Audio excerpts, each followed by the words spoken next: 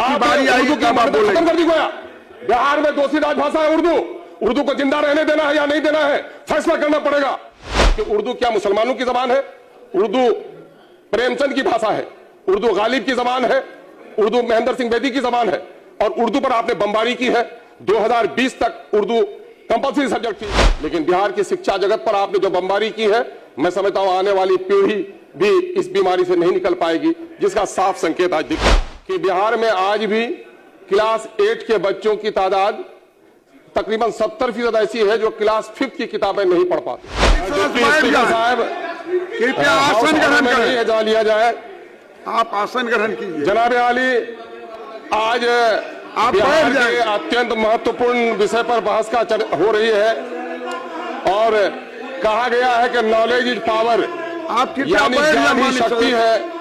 और इस वक्त बोल रहे हैं, मैं समझता हूं 20 साल पुरानी सरकार, जिनको काम करने के बहुत सारे मौके मिले, एजुकेशन के सेक्टर में इसने क्या किया है, आईने में अपनी तस्वीर देखनी चाहिए।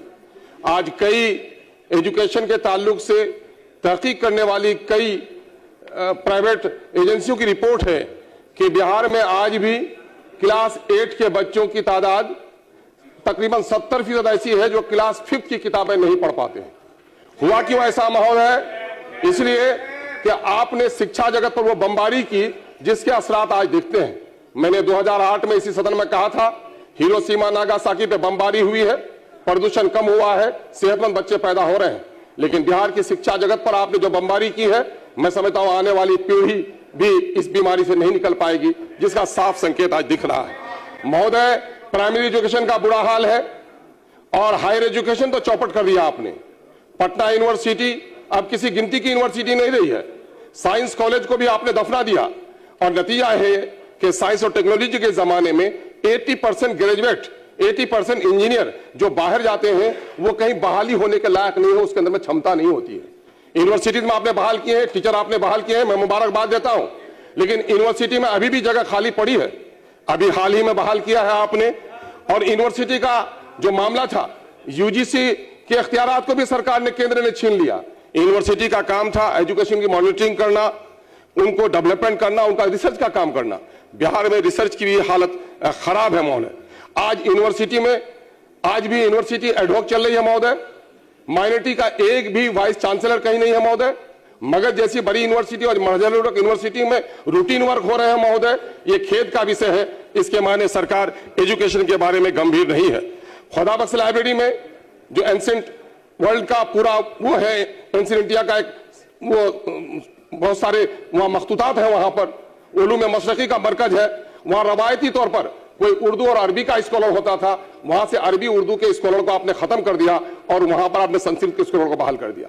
माइनॉरिटी एजुकेशन में आपकी इतनी दुश्मनी है कि उर्दू क्या मुसलमानों की जबान है, उर्दू प्रेमचंद की भाषा है, उर्दू गालिब की जबान है, उर्दू महेंद्र सिंह बेदी की जबान है, और उर्दू पर आपने बमबारी की है।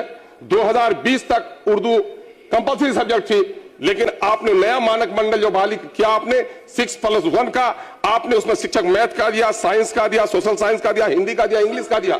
मेरे बच्चे हिंदी भी पढ़ेंगे, मेरे बच्चे हिंदी भी पढ़ेंगे। बैठे नहीं बोले, हम सर हाउस कोर्ट में मेरे बच्चे करेंगे, लेकिन मानक मंडल में 799 2020 के जरिए से आपकी बारी आई, उर्दू की मान्यता खत्म कर दी गया।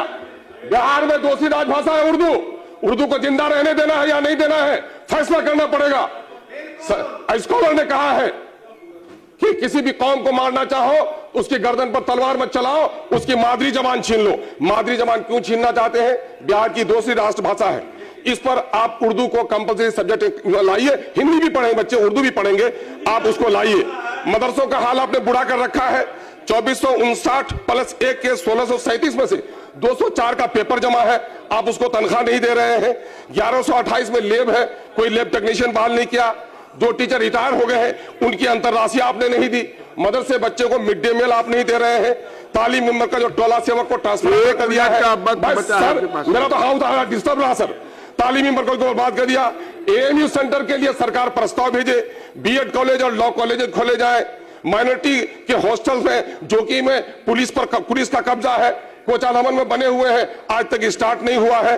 सर ये कि बैठ जाए। मोहनबाड़ी हाई स्कूल को अपग्रेड किया जाए। माननीय दो तीन बातें, सदस्य, अपना सर, आसन कम से कम करें। सर ईद की छुट्टी सर, चांद पर ईद मनाते हैं हम सर, ईद के लिए एक दिन छुट्टी दीजिएगा सर। गया में कोई बहाल है सर, चांद आज निकला कि कल निकलेगा, वो कैसे करेगा? ईद की छुट्टी 2 दिन किया जाए महोदय। बीपीएम डीपीएम के बहाली को निरस्त कर दिया गया, अब उसको बैठ जाए लागू किया जाए माननीय महोदय।